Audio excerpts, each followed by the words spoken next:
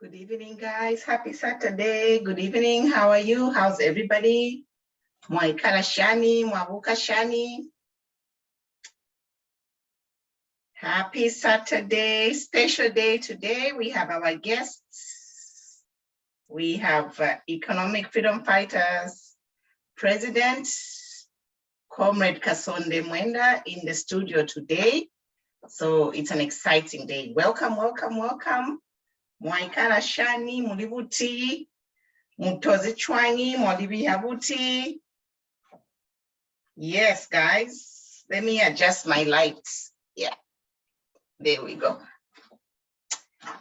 Share, share, share, guys. Mwaiseni, happy Saturday. It's a blessed day. Comments below, guys. Share an emoji how you're feeling. Share an emoji how you're feeling. Good Sonmwewa, good to see you. Tuposhanye. Tuposhanye. Hey, welcome, welcome, comrade. Welcome.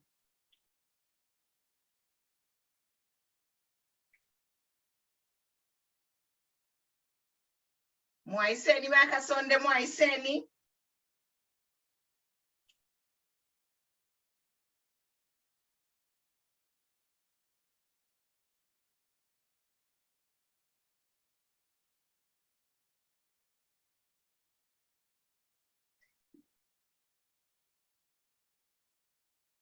Sound check, yes.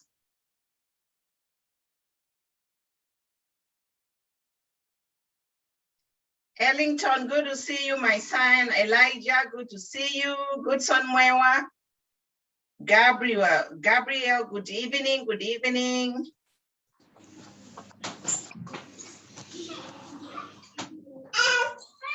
Okay, it's good now. I can hear you. I can hear you too. Thank you. Yes, perfect, perfect. Welcome, welcome. How are you, comrade? It's always a pleasure. I'm very fine. I hope you're fine too. Yes, you are very low though. Your sound is very low. Okay. I hope it gets better. Can you get me now? I can hear you, but it sounds very low.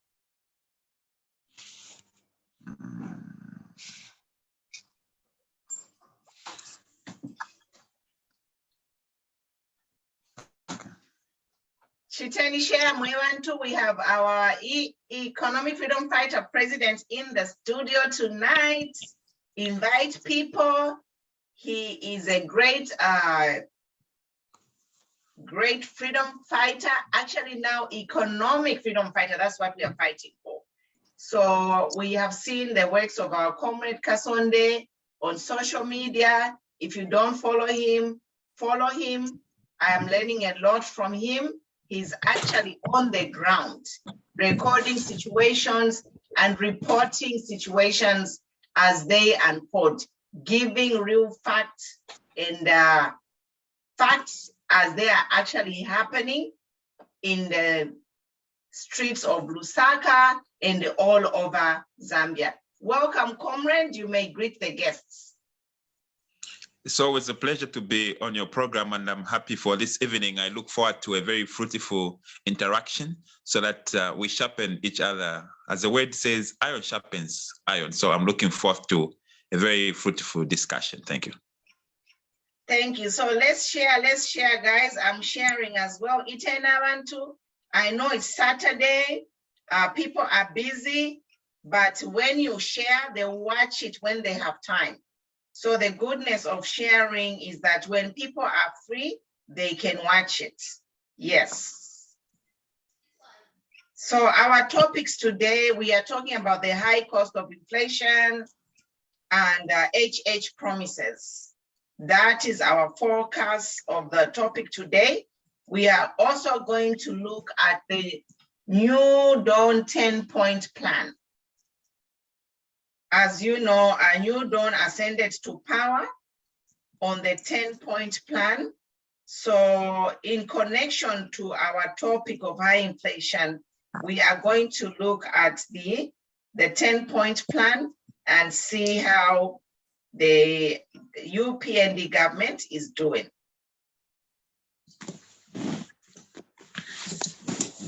So, Comrade, how would you like to proceed?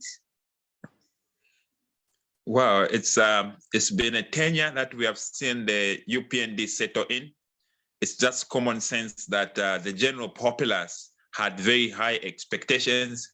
I, for one, even when I stood against President Hakainde Hichilema, I was not afraid to lose because I thought even if I lose, which I did, I thought the man that is taking on the mantle is an equal comrade, and I believed he had the capacity to drive this country at least to a better place. Alas, what we are saying is very worrying because it is not only bordered on us being disappointed by what we are seeing, but we are seeing him now taking the country to a place that is making us worried. So apart from not just living to the expectations, he is now dragging the country in a direction that is very worrying, and it is calling on us Zambians to be alert. Thank you, thank you. So I just want to share the 10-point plan to remind our viewers. So these are the promises that were promised to Zambians. If you can see on my screen, this is the promises which UPND ascended to power. So UPND ascended to power based on these promises. HH will fix it. Number one was create jobs and business opportunities, reduce inequality, educate and empower, electrify Zambia, improve competitiveness, cut the government waste, agriculture development, stable and consistent policies, a healthy nation, and good governance. So this is the promise that HH made to Zambia, and that is what landed him the presidency based on this very practical 10-point plan, and we were all looking forward to this. So I think we can start our discussion from there, comrade, as we can use the 10-point plan as a direction in this meeting today. So for the first one, I know you want to talk about high inflation. So how do you relate the high inflation in comparison to the 10-point plan promise, which I just showed?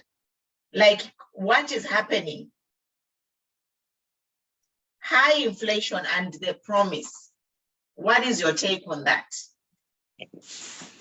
You know, in a natural place where things are done properly, where there's adherence to principles of economics, and where people are disciplined, I think parameters such as inflation should be able to speak in an economy, and it is a variable that can be used to determine the health of an economy.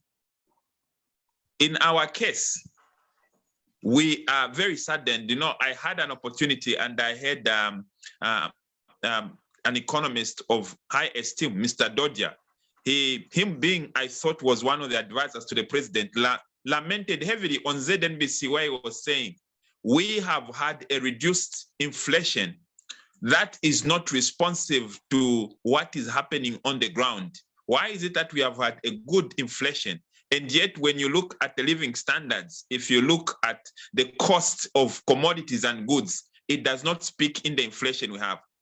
I was saddened to learn that whenever people are developing or calculating an inflation, they have standard goods and commodities that are factored in, their prices that are factored in to come up with the inflation of a country and use it as a viable parameter to tell the health of an economy.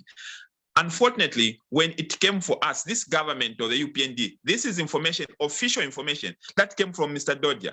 He complained that we have been factoring in variables such as free education as a basis for us to calculate inflation rate. They are now zeroing, saying, since you are going to spend money on education, we have removed it, so they have made it zero.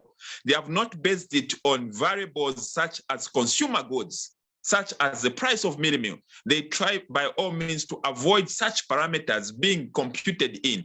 As a result, they are having a cooked up inflation, which is not indicated. It's actually immoral because it is highly misleading. And ever since I got that information, I can challenge the government. I know they are listening. Let them make public the parameters that they are using to factor in to calculate the inflation. They are scammers. They are misleading the world. No wonder we have inflation that is dropping to a single digit, but the prices are increasing. Look at the price of fuel. Petrol alone is 27 kwacha. Diesel is 29 kwacha from 16. And yet inflation is going down to a single digit. What manner of crookedness is that? It's immoral, to say the least. If you look at meal meal, it has jumped from where it was at least 90 or 130 kwacha to 200. And yet your inflation is dropping. It's because they are avoiding to factor in consumer goods. They are using parameters that favors them. You do one thing, it's like in a situation when if you're a pupil, they want to tell your performance in class. You take geography, you take mathematics, you take English, you take social studies, you take chemistry, you take biology. They will have to compute and see how did you fare in all these things. But imagine a situation where this student just decides to say, me, I'll just be reading additional mathematics. I remember that's what happened at school when I was at secondary school. They used to, my colleagues had some colleagues who were intelligent, but they enjoyed additional mathematics. As we are reading other things, they're just reading additional mathematics. Just additional, they come on the board, they write additional mathematics question from beginning of board to the bottom, and they are so happy. They are failing to balance it across. When the exams came, right now, they're not doing well in life because they were obsessed with the new discovered knowledge that they found in additional mathematics. They forgot that it was holistic. They needed to develop their academic journey holistically. That is what is happening to this government.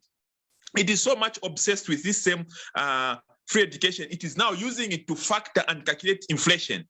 So even when prices are skyrocketing, they are using it and zero rating it. It is actually criminal. So this is a situation where we have that people are using criminality to temper with parameters. And I remember President Hakainde Hichilema used to caution the PF saying they cannot grow the economy unless they cook up figures. I didn't know that up his sleeves, he was a master in cooking up figures. I'm very disappointed. So now they get into government and they start just cooking up figures. Those figures they are giving you are not true. Bet it on any government body, go and ask them, I'm a president, if I'm lying, let them come and arrest me. I don't tell lies. They are cooking up figures by exaggerating the cost that free education is removing. It's not even removing on people like us. If you are really an average Zambian and you want your children to have a genuine education, you won't take a 7-year-old child in a class where there are 62, where the quality of education is so bad such that anticipate as having a generation of Zambians who are very down because they had very poor background where we were politicizing free education and just giving it what masuku without giving quality. So we have a government that is not responsive, that is so political, playing to the gallery and exploiting people. Very unfortunate. So that revelation saddens my heart because we have a manipulative government, a lying, cheating, manipulating government. And actually, what is the term? There is a term in accounting or in economics which refers to what they are actually doing. It is a crime. So if I heard you correct, you said that to break it down to you people, I know a comrade there explained in economic terms and he gave it an example. I'm also going to give an example from my understanding what this government is doing to show the world, to show the Zambians. Actually, it's not Zambians, because we Zambians, we are feeling the pinch. So they can't show us that we are doing good. When we go to the hospital, we have no medicine. When we have to line up for millimil, there's a shortage of millimil. There was a shortage of fertilizer. There is cholera in the country. There is floods in Lusaka, the capital city. You know, so all the indicators from all of us Zambians are negative. But they are creating these reports for foreigners because we have seen our president is catering to the outside world. He has closed his eyes to what is happening locally in his country. He actually has a cloth. He has blindfolded himself, and he doesn't really care what's happening in Zambia. What he cares about is creating an image outside of Zambia that he's doing well. Zambia's economy is on the right track. He's always flying all over and bringing investors. So what our comrade here has said that the numbers of the inflation, which are reducing to single digits, are being seen because whoever is doing the matrix, they are basing the input on on a positive factor, which is free education. So which is a false. So let's say Pumulos Tumbeko went to write her grade 12 exam, and she has 9s in all the subjects. I am taking 9 subjects, right? And then out of the 9 subjects, I fail all of them, and I only pass 1. And then this is what this government is doing. So the subject that I pass, then they use that subject to measure my performance.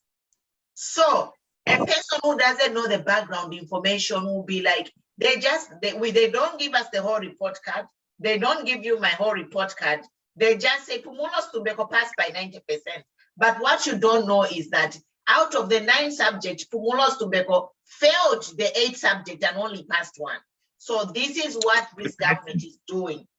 They are using a free education to measure the matrix of reducing the inflation. They have failed. They have failed lamentably. It's unfortunate. Apart from humbly failing, unfortunately, they are crooked. They thrive on total manipulation. They mislead people. You know, I think it's just a matter of time. You can cheat people 1 or 2 times, but you can't cheat people every time. And I think even the international world will soon come to see how much a scam we have in this country. Because tell me, how can you have a positive inflation when your kwacha within a year has depreciated against the dollar, which is a major convertible currency that you use for trading? Right now, as I'm talking to you, the kwacha is trading at $1 equivalent to 20 kwacha. It has moved from 16. When it took over at 15, when President Hakainde Hichilema took over, it was $1 to 15 kwacha. It is now $1 to 20. It has increased by 5 kwacha. And where has that 5 kwacha gone? There's nothing that is becoming cheaper. They have revised electric tariffs. The cost of living is just madness. If you look at fertilizer, D-compound, which is a major input that we use for farming in Zambia because we are an agrarian economy. 70% of our people live off agriculture. So if you see what has happened now, people have failed to farm because they just cosmetically gave out a few inputs to create an impression that they are working on it. And those even few inputs, fertilizer inputs, came very late. Most of the people who do serious farming rely on buying the fertilizers off the market. Right now, when you go to buy fertilizer off the market, it is at 1,200 kwacha. That's not an amount that a Zambian can afford. Let me give an example. The average income earning for every Zambian, national average income for Zambia is 3,500 kwacha. That's what they use even for computing the pension schemes at NAPSA. So we understand that every Zambian who works a decent job gets 3,500. That's the average input. If you are getting your benefits, that's how much you are getting. It's 3,500. Now tell me, if 3,500 is your income and a bag of fertilizer, 50 kg bag, it is costing 1,200. It means in your salary per month, you can only buy 3 bags of fertilizer. 3 bags of fertilizer, when you put it in a field, that is not a field that will give you even 100 kgs of maize. So in short, how many, if you look for domestic workers, for instance, domestic workers get an average of 1,000 kwacha, 1,500. It means a domestic, like a maid, somebody doing casual work, they cannot even buy a bag of fertilizer. That's where we are. So now tell me, what kind of people are doing farming? Subsistence farmers, the same people we are calling maids. So now tell me, if they can't buy fertilizer, who's farming? I've got a farm. I'm a farmer. I went to the farm this time. I was so saddened because people haven't cultivated. I'm telling you, people haven't grown their product. I don't know where we're going to get the maize this time around. I don't know. And they were excited. They wanted to follow the instructions of the IMF, who are telling them liberalize the economy. That's how you stimulate it. They have now emptied FRA reserves, Food Reserve Agency. What happens in Zambia is when we cultivate our maize, small-scale farmers grow their maize, they offload, they sell to government through the Food Reserve Agency. Then Food Reserve Agency takes that maize, gives it to millers, we produce mealie meal, and then we offload it back on the market. What have they done? They have exported almost all the reserves. And for once, we are living without reserves. No wonder the price is just rising and rising and rising. And these are the things that President Hakainde Hichilema used to condemn passionately. Little do we know, he was just doing lip service. He didn't mean it. So now everything that we can rely on to develop this country is just in disarray. I'm not speaking this out of bitterness or because I'm an opposition. I'm speaking this because I'm concerned. And I know every Zambian has to be concerned. And as long as we don't get concerned, these people will get entrenched, they'll become comfortable, and they'll abuse us beyond what they're abusing us right now. It is very unfortunate. We can't afford to just sit and watch. So if you're just joining us, guys, we are looking at the high cost of living in Zambia. It's actually sad. And I brought up the list, the 10-point plan on which this government ascended to power.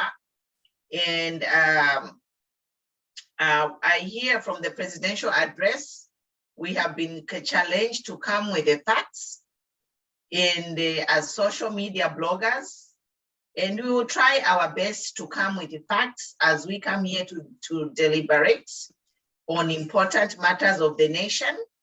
We will try to come with facts, but also in the same breath, in the same space. I don't know what word to use, it's escaping my mind. So I think the government as well must also, when an issue is brought up, they must come and fact check those issues. Why is the government being silent when people raise matters? For example, right now we are talking about the high inflation and the they are methodically manipulating numbers to show that the inflation rate, the Zambia's inflation is dropping.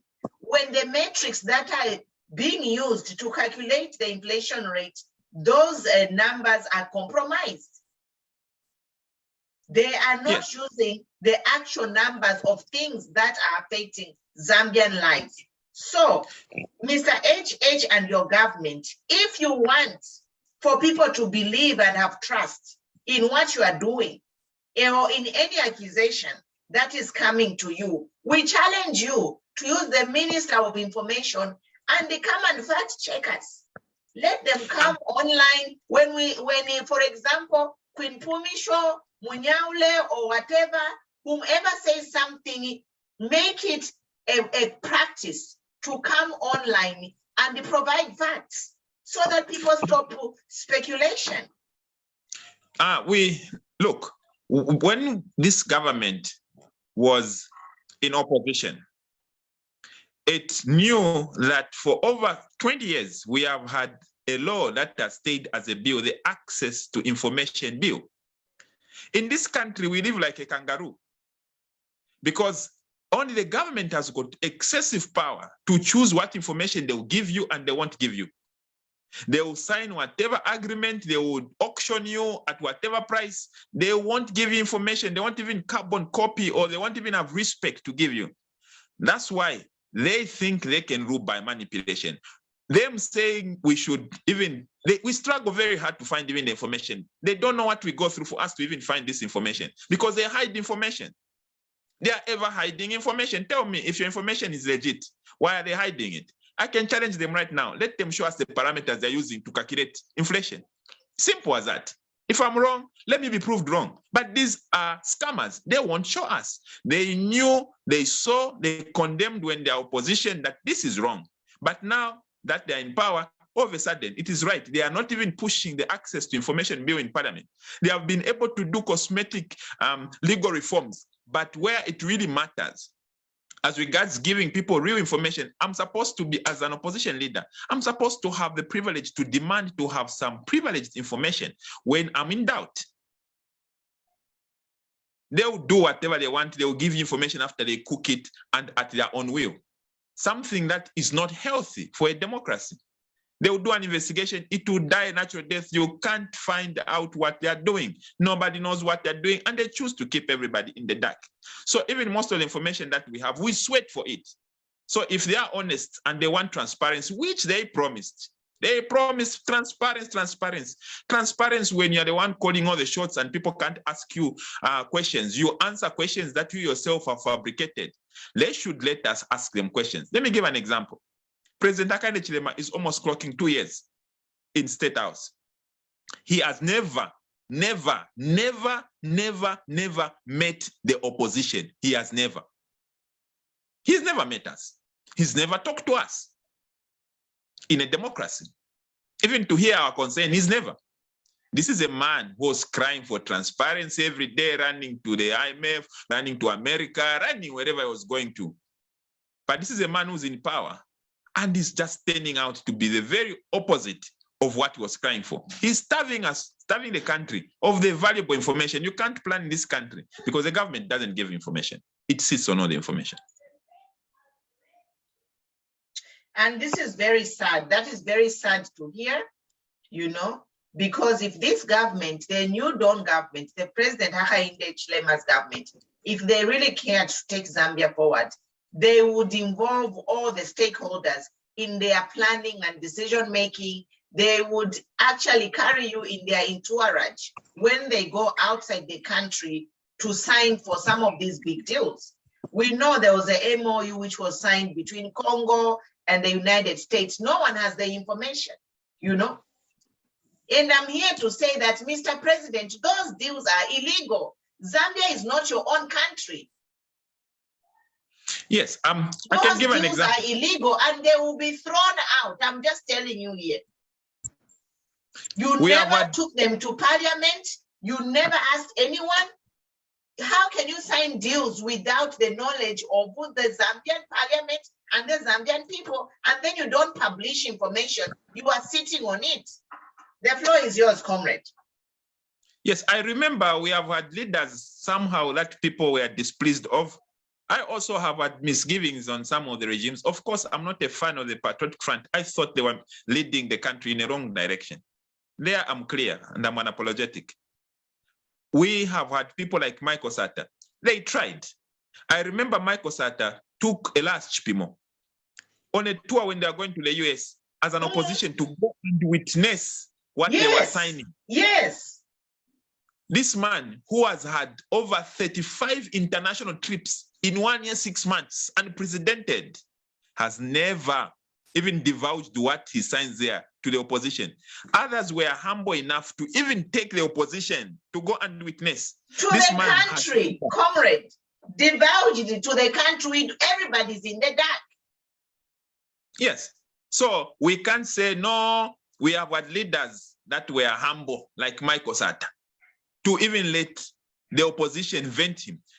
Hakainde Hichilema used to complain, no, even the way the ZNBC has been turned into an extension of Patriotic Front. This time around, ZNBC and public media is not an extension of UPND. It is UPND, not even an extension.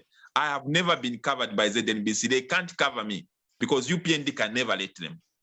So this is a man who has gone to the vomit that he so despised and is using to canvass the authority and hegemony over this country using the same tactics that are hideous and archaic.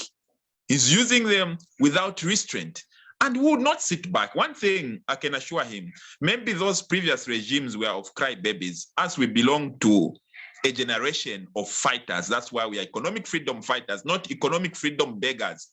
we know that that which we want to will not get it on our knees, but on our feet. And I can assure him that he thinks he will lead through all the way by manipulation and pull and hook and crook. We can assure him he has met his match, and us will give him the pressure that there can ever be. When it needs to be demonstration, he will have to lock us up. I remember even this free education. I remember on 27th of September, 2022. No, yes, 2022, 2021. Yes, 2021.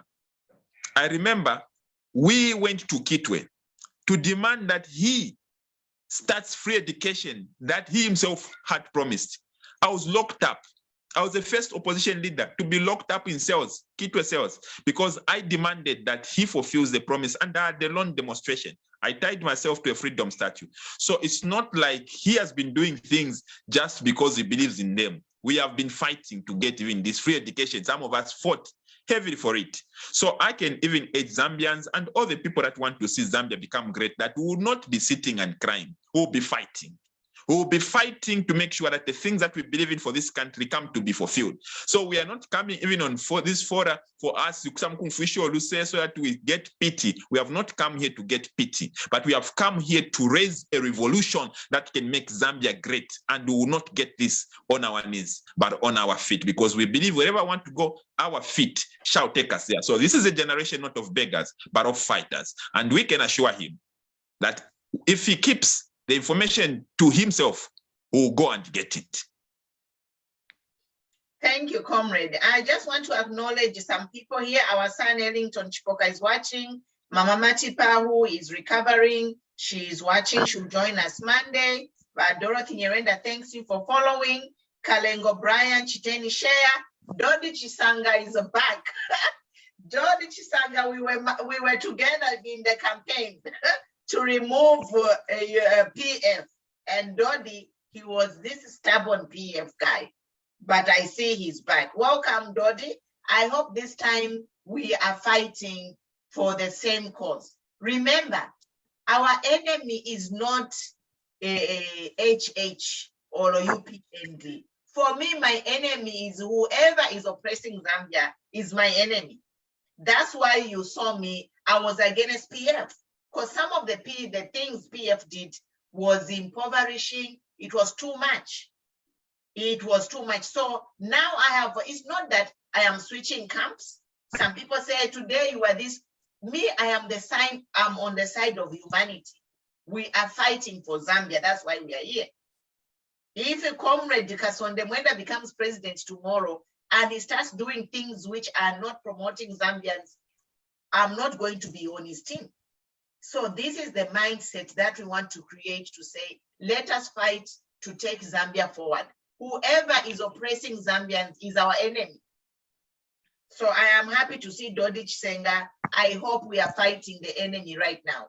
And the enemy right now is the person who is impoverishing Zambians. I just wanted to comment on something you said about ZNBC. Comrade Kasonde, who watches ZNBC? Nobody. That's the one thing I would like to tell you. So even if they don't cover you on ZNBC, you have more coverage on social media. That is what I say to say the dynamics of this politics have changed, because everyone is a broadcasting station. We are reaching more people here than ZNBC, because everyone knows that whatever is being shown on ZNBC is just a cosmetic news to make the government look good. So nobody wastes time. Any serious person will not go and get real information from ZNBC. And then I wanted to just say a few things. Guys, we are looking at the 10-point plan and the high inflation in Zambia. And I just want to say these few things about the 10-point plan. So point number one, it says create jobs and business opportunities. Yes, UPND has hired like 50,000 civil servants. But guess what that means? It means that those 50,000 civil servants, they have been shut up because somehow they have manipulated our democratic process to make civil servants, to make it a crime for civil servants to even express their views about political matters. This is an illegal thing which is happening in the country, which has manipulated all our civil servants to think that they can. This law is being actually practiced by every government that comes in power. It uses this law to say, you cannot speak about politics. It's not even there, it's non-existent, because our constitution clearly states that every Zambian has a right to participate in matters of the politics of the country. That's why civil servants vote.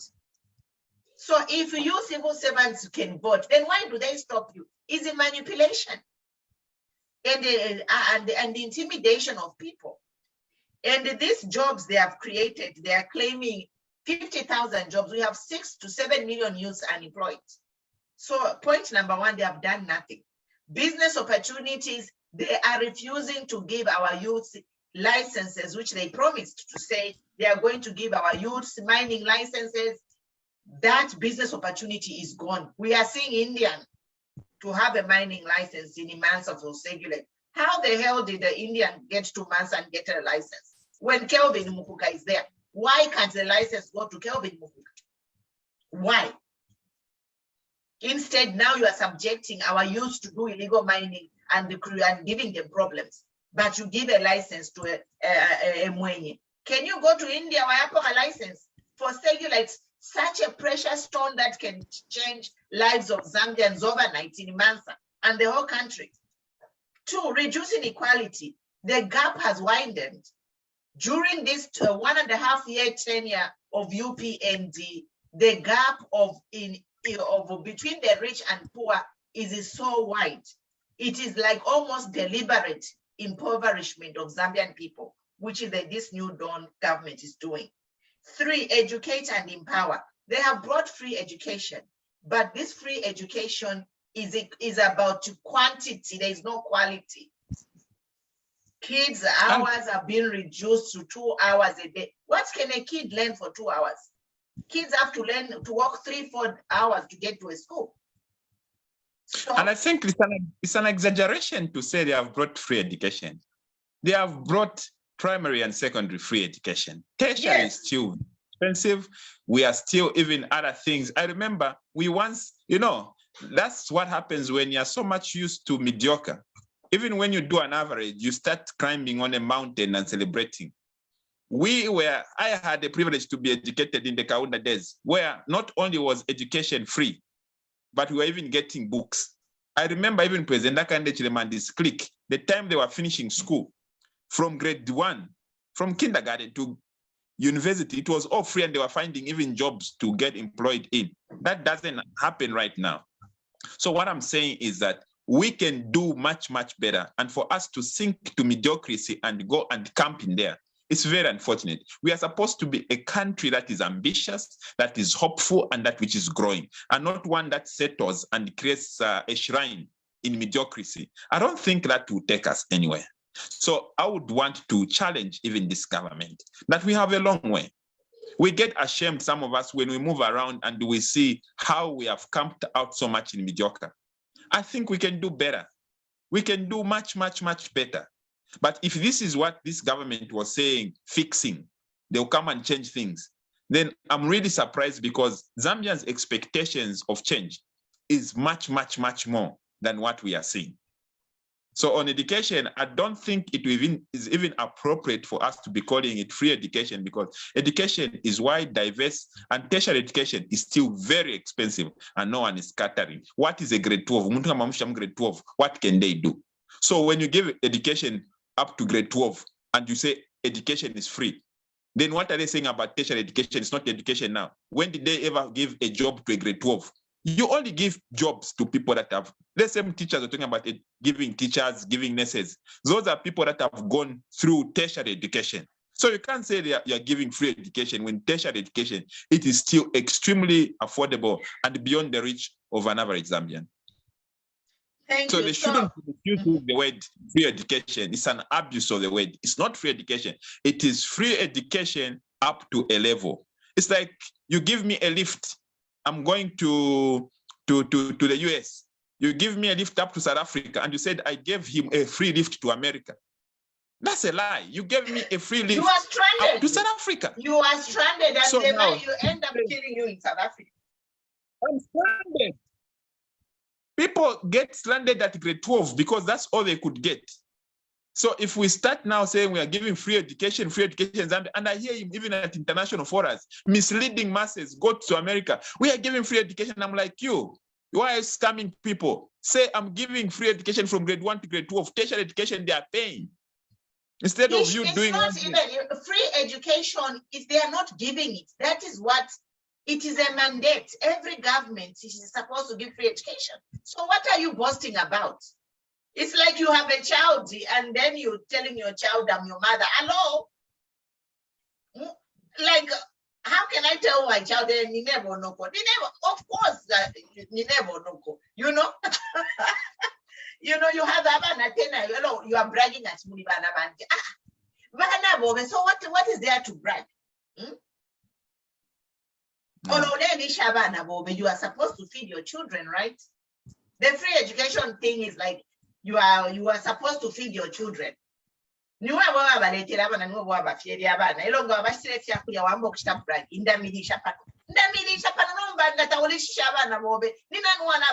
your duty. It's the duty of every government to provide free education. So Tabali talk about you brought free education. You just reinstated it. You didn't bring it. You reinstated free education. And coming to this topic of education, the quality, the subjects must be revised, the syllabus. We continue teaching useless subjects. Now, sex education from grade 5, which is a topic for another day. So that is a point number 3 on the 10-point plan. And a point number 4 on the 10-point plan is they wanted, the HH and New Dawn say they will electrify Zambia. So only 40% of Zambia is electrified. But we have seen they brought in a 12-hour load shedding. After an outcry, still they came up with a statement to say load shedding has ended, but people are still experiencing load shedding. They are exporting power. The ZESCO tariffs have gone. It's a mess, guys. So on this electrification of Zambia, it's 0. They've actually taken Zambia to negative. Because if we want to industrialize our country, if we want to promote private jobs, small scale industry, we depend on power. So it's like this government has come to impoverish its people.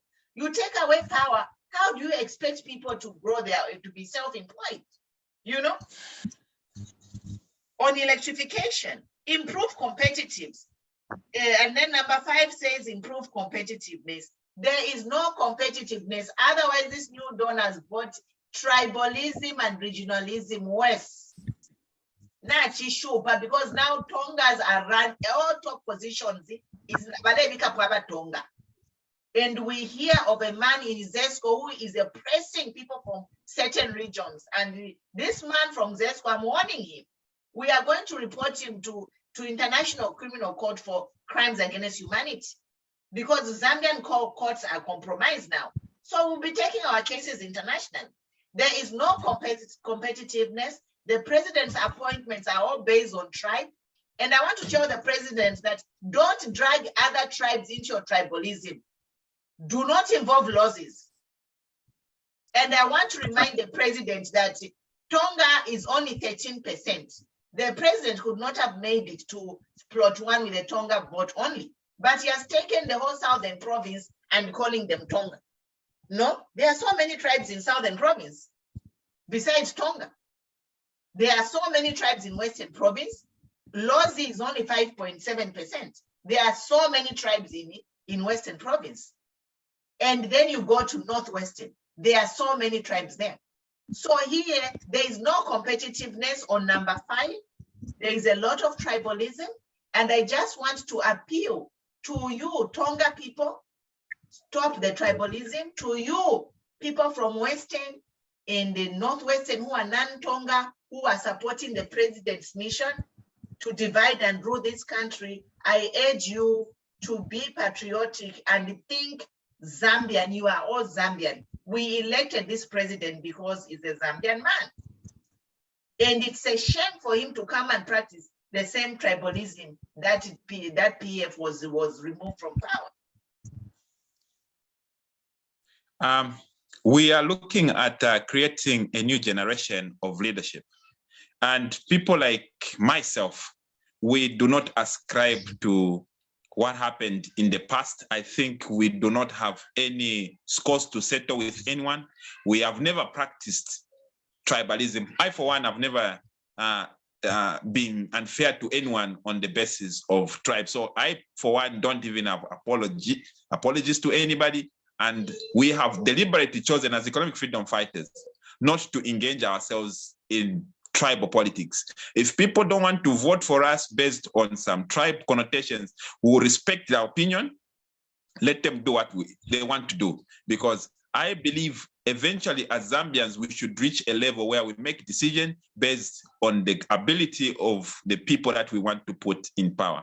So out of principle, we know tribalism is rife. It happens. We can't lie or avoid and pretend we don't see it. We do see it, but we have chosen not to be dragged as part, because unfortunately, people have been using this same tribalism to achieve their own personal goals. You find that what we saw under Edgar Lungu, where we saw appointments being so much skewed to the north and east, Hakainde Hichilema also comes, he also skews it to the south and north. We have chosen not to be part of that narrative because some of us don't ascribe to that and do not use it. If they want to use it against us, they are welcome.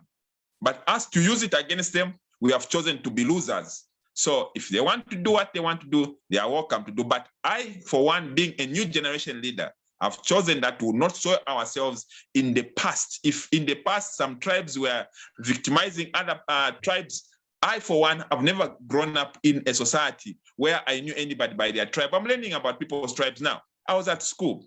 I was a leader. I was academic prefect. I was the president for the Copperbelt University. I didn't know no tribe at nobody. Now today, when I'm economic freedom fighters, I should know somebody's tribe. I've been taught by teachers, by lecturers of all tribes. So we have just chosen as economic freedom fighters who campaign, who work where people don't want to vote for us by virtue of maybe the tribe, which I, for one, never had a choice to be born where I was born. So on tribe, even as much as we see it being rife, we condemn it, but we have chosen not to be part of that narrative. If they want to practice it, let them do it. And it is one of the reasons why economic freedom fighters, we have refused to make pacts. We have heard the master opposition leaders, Abena Kambwidi, Abena Echechi, Abena Membe. That is their dairy bread. They break apart tribalism, they fight each other, but have chosen to preserve this new generation, that the new generation will not be part of this nonsense. So whether it affects us, it doesn't affect us, I won't be part of tribalism, even if it affects me. My own immediate elder brother, Benjamin, he's my neighbor here. He's married a Tonga woman. To me, Tongas are my in-laws. So I have the respect. So some of these things, some of us, they are too close to us. And we've chosen, if somebody wants to vote for me by virtue of my mixed blood, I'm all scattered. My mother is from somewhere, my father is from somewhere. And I don't even want to disclose where I'm from because it's not important. I'm Zambian. And I think we should reach a moment, I think under economic freedom fighters, we will even delete tribe on some of the documents. I think it's not necessary. It does more harm than good. If you would need, people need to know their heritage at their home. When they come to government, they're just Zambians. I think this is causing us more problems. And I don't know why we're not doing what Kaunda used to do. When people are being deployed, not this naivety we have seen saying, no, be employed where you stay, so that you consolidate the same tribalism. Make sure people who are from the north should be sent to south. Me, that's how my father ended up marrying a Bemba woman, because he was moved from where he was. Please, we are one. And I would urge President Hakainde Hichilema, let him learn from Kaunda. One Zambia, one nation. Those people practice what they preached. Send most of the people from south, send them to the north. Let them go and marry there, intermarriage. That will finish tribalism. But if you consolidate, you want to protect your votes, see, our same region, don't even want to move them because you're afraid you are moving your votes and people will realize they are the same. It won't help us. Let it be a policy that when you're in the north, that way people should know that they are one. We are one, and we should respect that.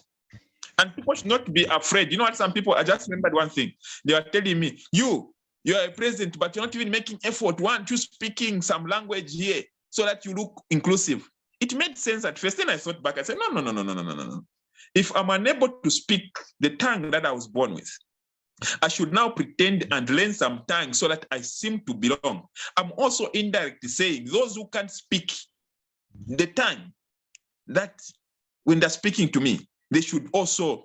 So the very thing that I'm supposed to be fighting, I'm actually consolidating. So each one should be free to speak the tongue that they are comfortable in, wherever they are. They shouldn't be forced to learn some language for them to conform.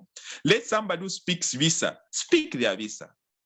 Let somebody who speaks Ushi speak their Ushi. They shouldn't be forced to learn Tonga so that they look to be more accommodative, to learn Bemba so that they look to be more macho. That won't help us. So I'll go to Southern Province. I'll go and speak Nyanja. I'll go and speak Bemba. If they don't want to listen, that's their problem. Because I'm also giving them the right. Let them go to North. Go to North. Speak your Tonga in North. Happily. That's how it should be. Not when you go to North, you even fail to speak your Tonga. When you go to Southern, you even fail to speak your... No. Speak your language. Let others learn to understand you. That way to help us. Thank you, comrade. So if you're just joining us, we are looking at the UPND 10-point plan, and we are looking, we were just talking about number 5, improve competitiveness. And we are saying that there is no competitiveness that has come, that we have seen. We have seen favoritism, nepotism, tribalism, but the sad part is this nepotism, tribalism, whatever you might call it, is only coming to governance of the country. Socially, we are one. We intermarry, we socialize, our friends are all over. So what is confusing is these leaders, when it comes now to giving jobs, then that's where the tribalism comes in. It's not competitive.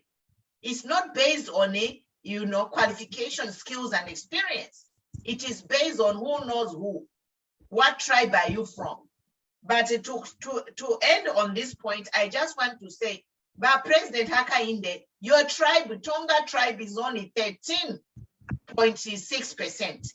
It's a minority tribe. It's one of the largest tribes in Zambia. It is the second largest tribe in Zambia, but it's a small tribe. So what you are doing is carefully bring other tribes to you to increase the number of people who are supporting you based on your region.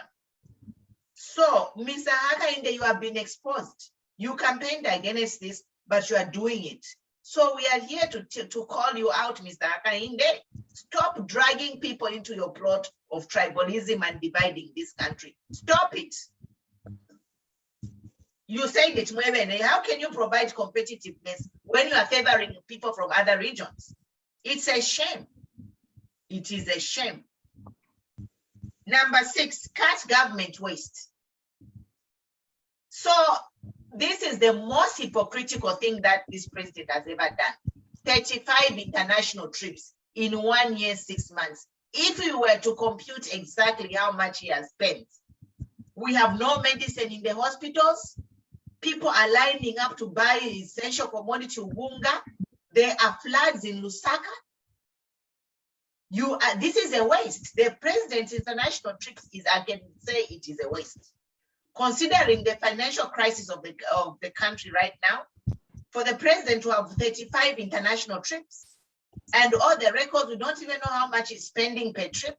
But there was a rumor that the last trip he spent like 75,000 euros for that trip. So you were condemning to say the previous government was wasteful. You come and do the same. It is a shame. Government trips, those international trips, now the president has become a laughing stock. The president has become a laughing stock. If you go on social media, you see the cartoons they are making of the president. It's shameful. They are making these cartoons of the president flying on a plane. It's hypocritical. So the much needed resources are going to fund the president's international trips. I was here the other day talking about our youths. Our homeless children, they are becoming of age on the streets and they are marrying each other on the streets and having families and babies raised under the bridges in Lusaka. If, for example, 75,000 euros can be used to rescue these kids, put them in the shelter.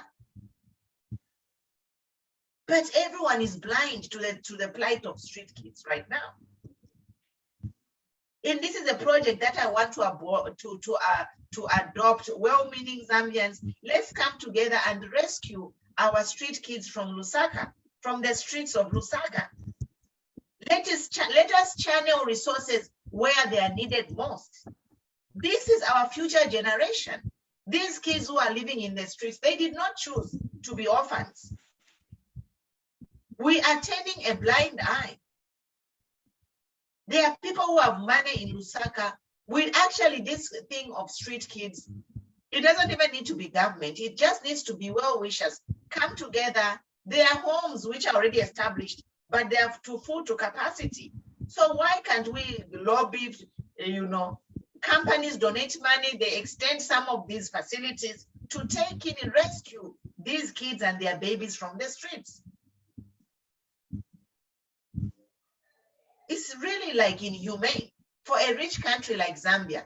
How much does it take to rescue these street kids?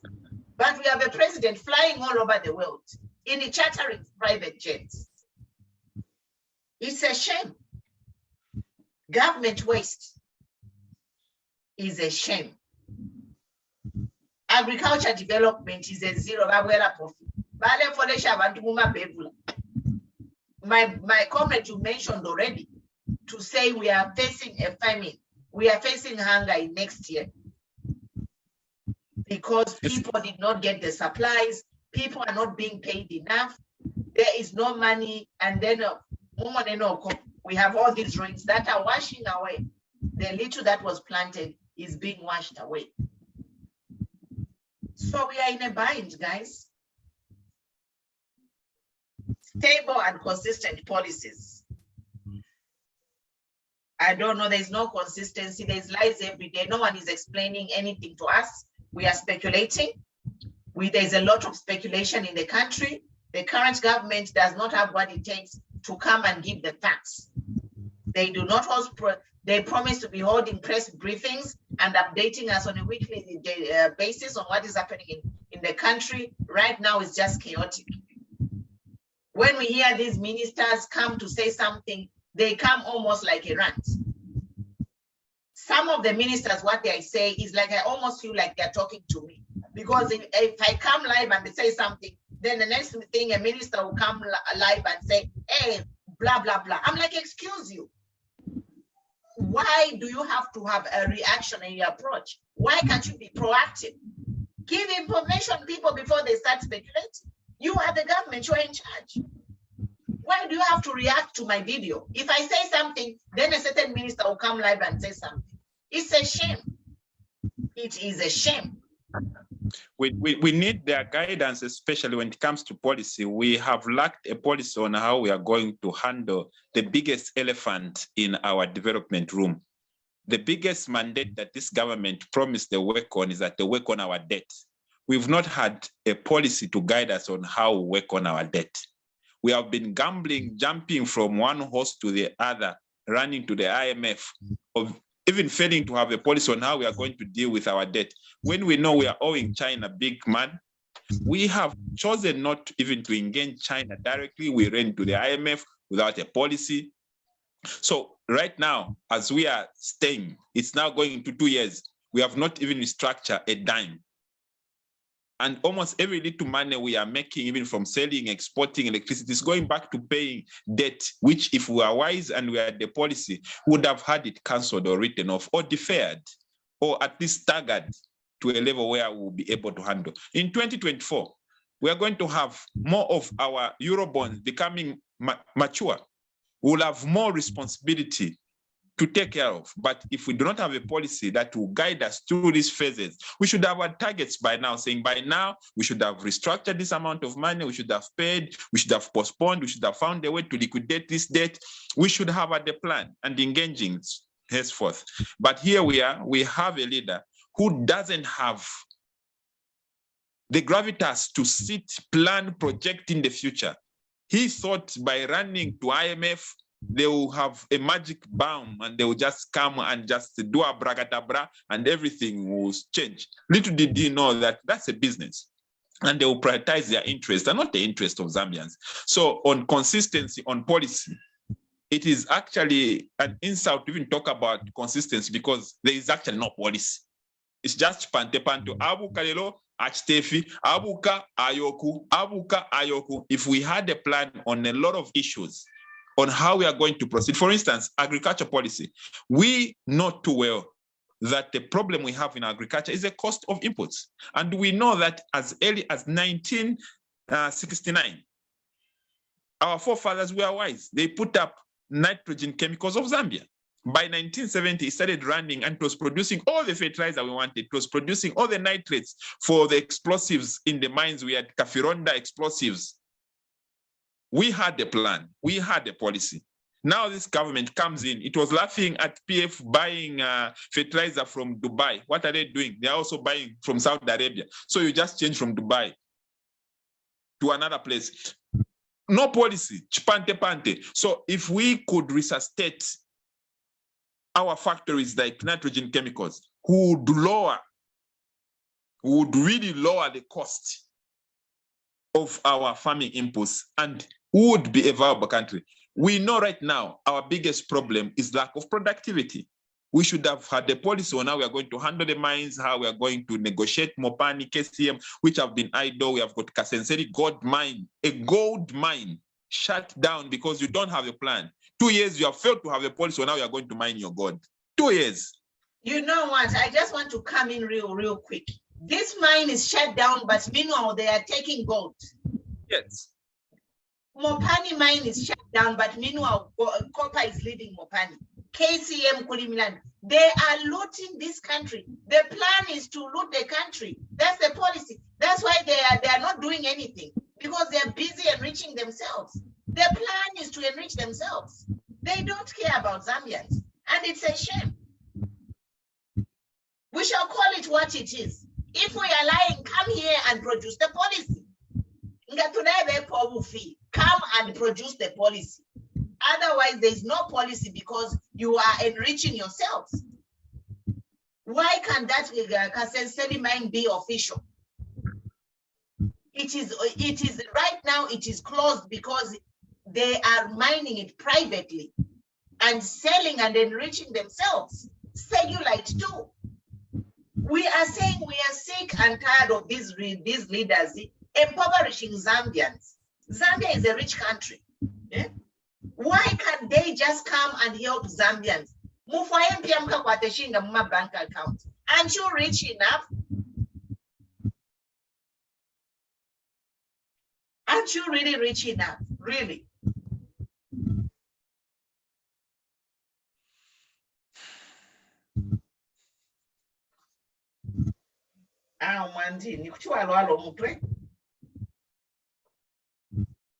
You know, the other thing I want to talk about the mines. Zambia, we are a rich country. This is the concept that I want us. A president like you, Mwenda, let's say tomorrow you become president. Zambia does not need money. Zambia does not need loans. Zambia, we need goods and services. What this new Dawn government, if they really care for Zambia, they go to America. America, you manufacture Ford vehicles.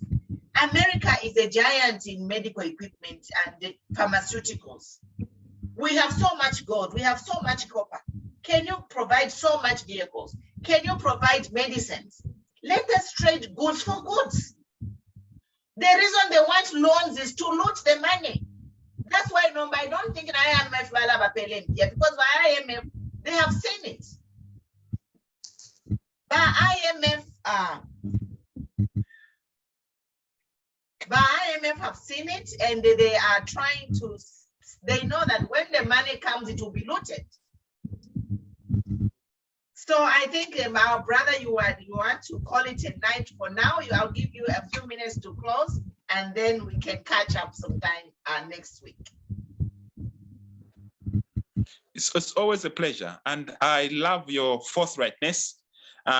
We have a duty as citizens of this great country that it will take us to make it great.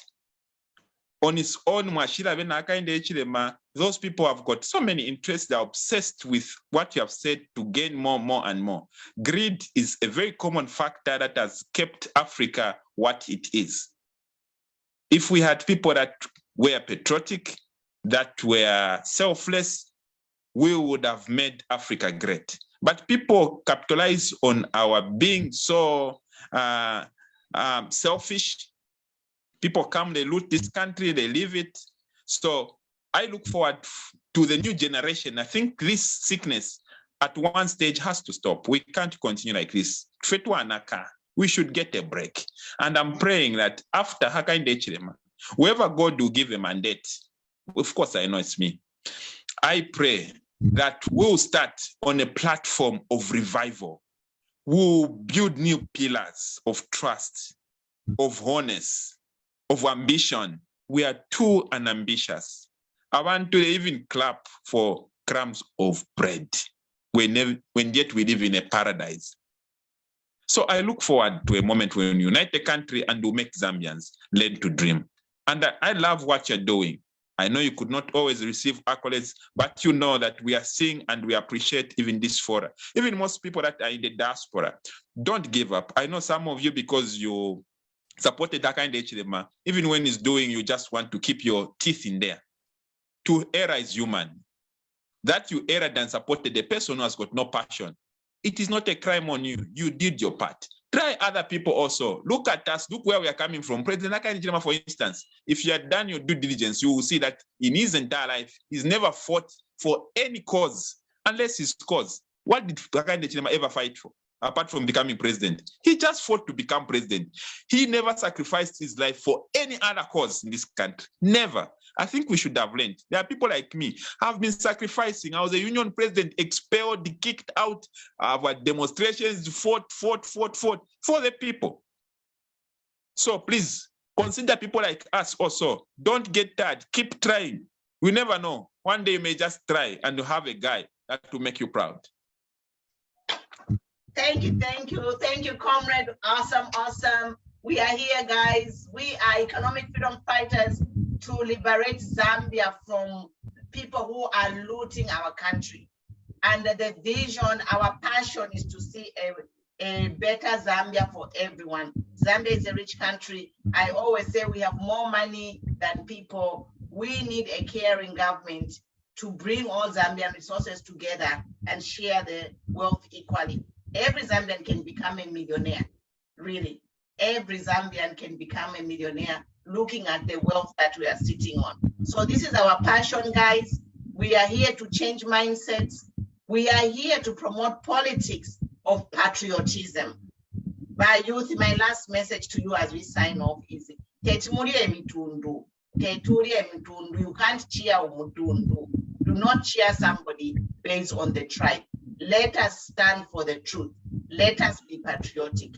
Let us speak because we are Zambians and we want a better Zambia for all Zambians. So thank you, guys. I'll join you. I think I'll take tomorrow off. We'll be back on Monday with Mama Matipa when another interesting, topic. We'll be here every day, just an hour of our time to educate each other and open people's minds, because people, they are lacking information, We have a government that is giving false information. And if that's not true, let them provide this information that we are asking for. Yeah. So thank you so much. Good night.